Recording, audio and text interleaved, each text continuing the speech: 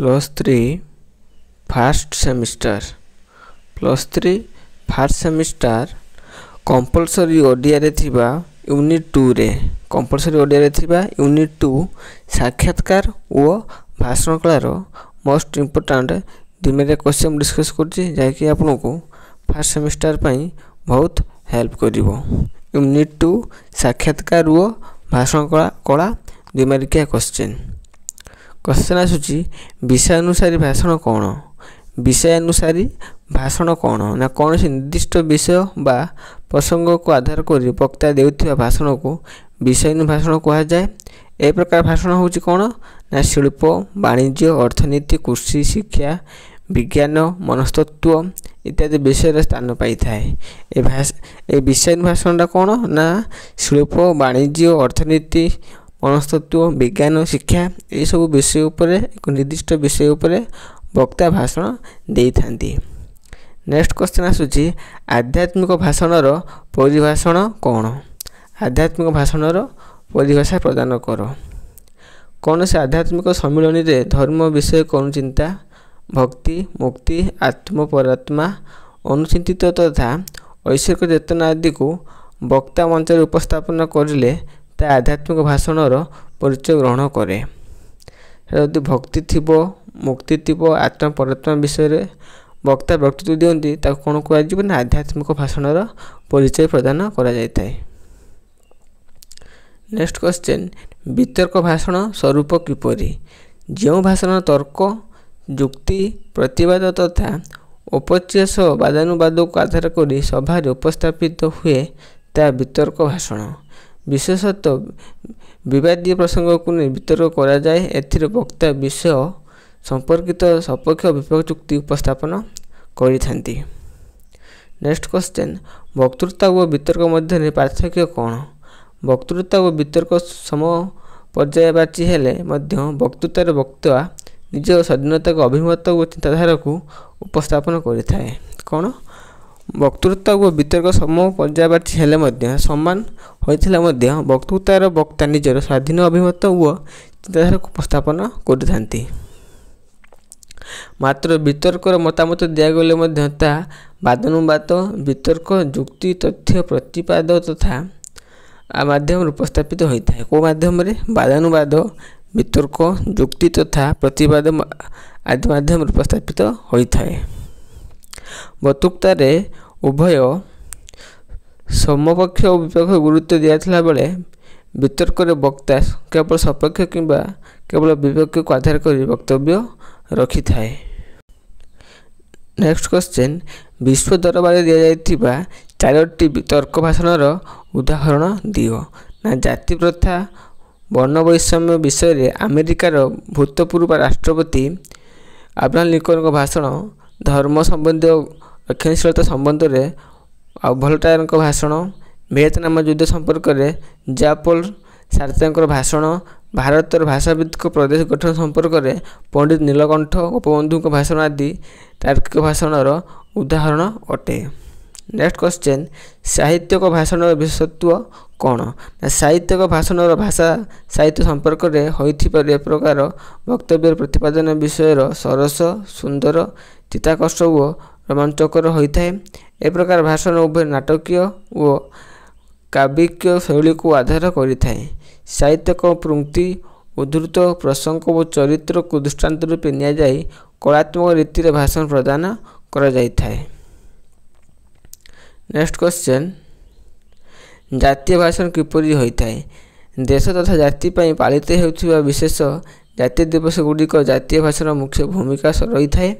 ए प्रकार भाषण रे जातिर अतीत ऐतिह्य गौरव स्वाभिमान विशेषत्व प्रतिपादन हेबा सह स्वप्न संभावना भविष्य योजनार रूपायन होता है। ए प्रकार भाषण जातीय स्वभाव द्वारा समृद्ध हो पारिछि जातीय भाषण मान्यता पाइछि ना कौन देश तथा जाति पई पालित हेउथिबा विशेष जातीय दिवस गुड़ी जातीय भाषण मुख्य भूमिका रही थाए।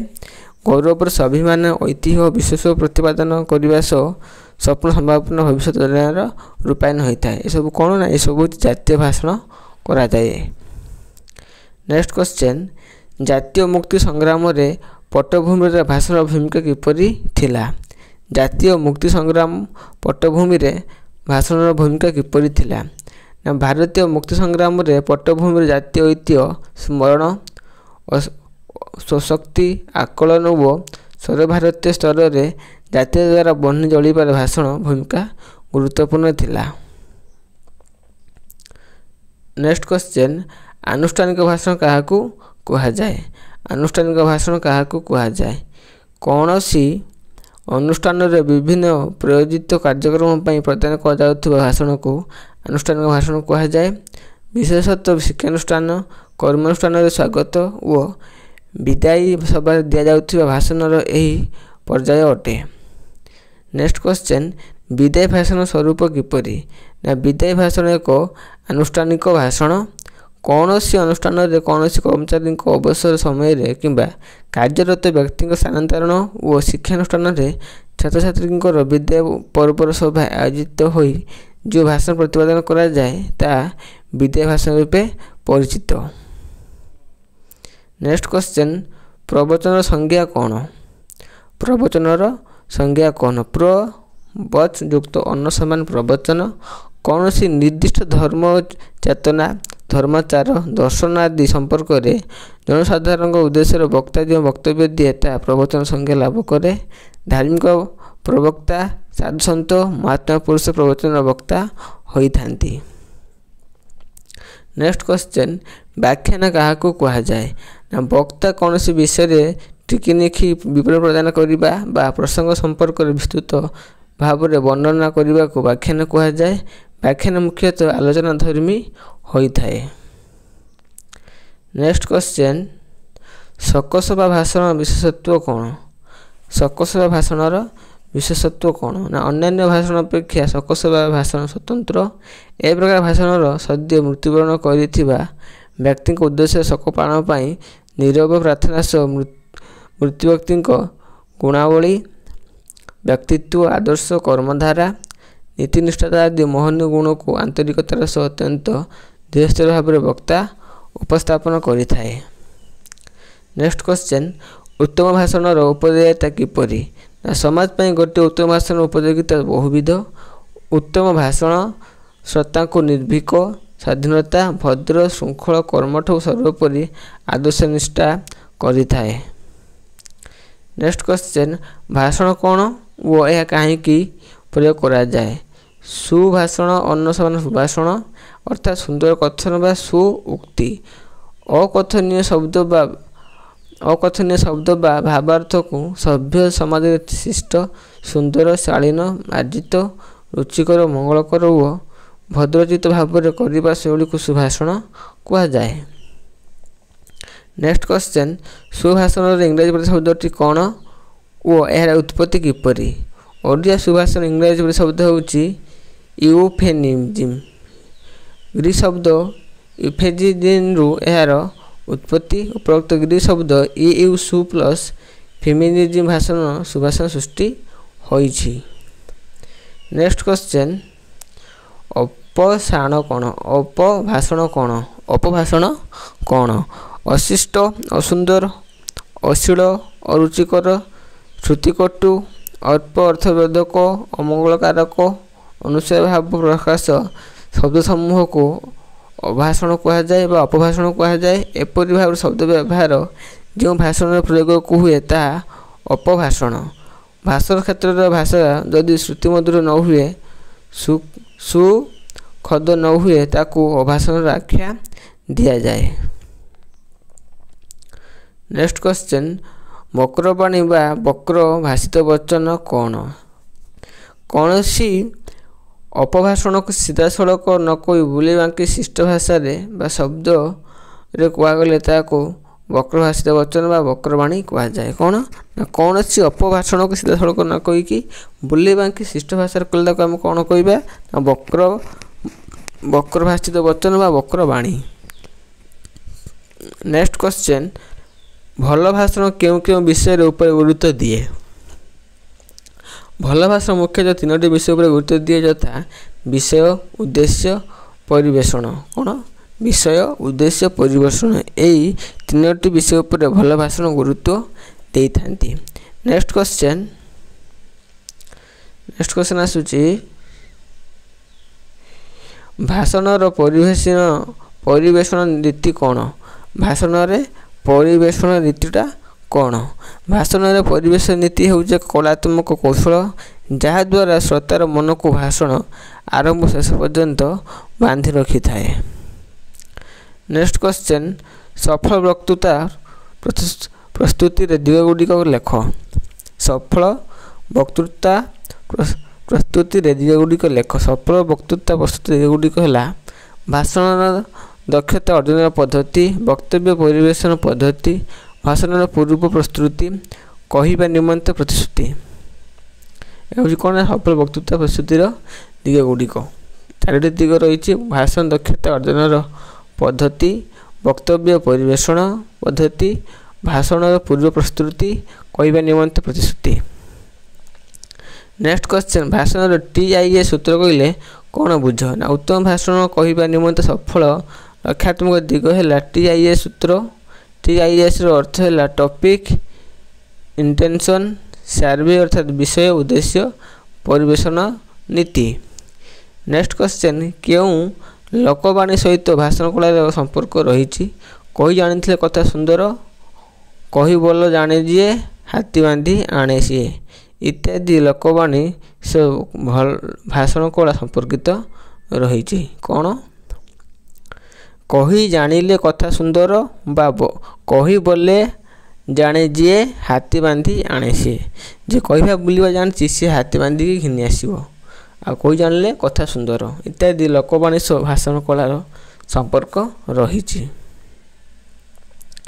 नेक्स्ट क्वेश्चन भाषण कला कौन नेक्स्ट क्वेश्चन भाषण कला कौन सामूहिक जनसाधारण को कौन से विषय विशेष सूचना देवाई मंच पर उपस्थापित रही घोषक और घोषिका द्वारा नि वक्तव्य है घोषणा कला कौन सामूहिक जनसाधारण को कौन से विषय विशेष सूचना देवाई मंच पर उपस्थित रही घोषक और घोषिका द्वारा नि वक्तव्य है घोषणा कला। नेक्स्ट क्वेश्चन घोषणा कलार आनुषंगिक विषय गुड़िक कौन घोषणा कलार आनुषंगिक विषय गुड़िक है उत्तम कथन शारीरिक भाषा आचरणगत वैशिष्ट्य उत्तम कंठस्वर उपयुक्त वेश पोशाक उपस्थापन कौशल ए विषय गुड़िक गुरुत्व दे घोषक घोषिका मंच परिचालन करिथांती। नेक्स्ट क्वेश्चन भाषा भाषण संपर्क किपरि भाषा भाषण उभय अंगांगी भाव जड़ित उभय शब्द भाष धातुर निष्पन्न भाष युक्त अन्न भाषा भाष युक्त अन्न हूँ भाषण भाषार अर्थ हूँ कहवा कहबार प्रवृत्ति को भाषा सृष्टि सेहीपरि भाषण मध्य कहवा प्रक्रिया सह जड़ित। नेक्स्ट क्वेश्चन भाषण आवश्यकता कहीं अच्छी व्यक्ति जाति तथा सामूहिक जनता कौन ज्ञातव्य विषय जनइबा किंबा सेमानकर समस्यार साधन करी नूतन दिग्दर्शन प्रदान करने सहित ज्ञानर परिसीमा को व्यापक करने भाषण आवश्यकता रही। Next question आसूची